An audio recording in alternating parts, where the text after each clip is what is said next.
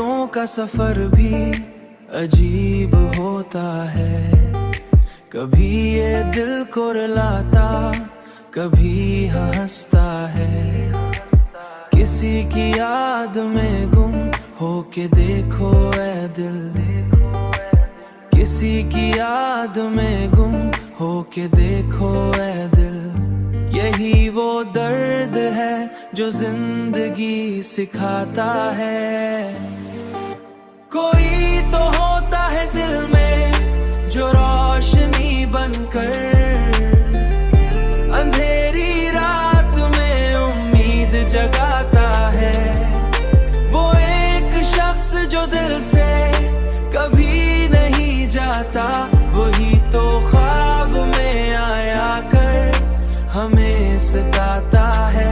वही तो ख्वाब में आया कर हमें सताता है। कभी जो टूट के चाहो किसी को ऐ जाना, वही तो बाद में दिल को बहुत रुलाता है।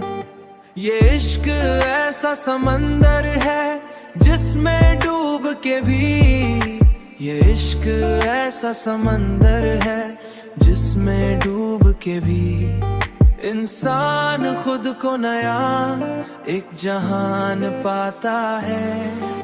कोई तो होता है दिल में जो रोशनी बनकर अंधेरी रात में उम्मीद जगाता है। वो एक शख्स जो दिल से कभी नहीं जाता, वही तो ख्वाब में आया कर हमें सताता है। वही तो ख्वाब में आया कर हमें सताता है।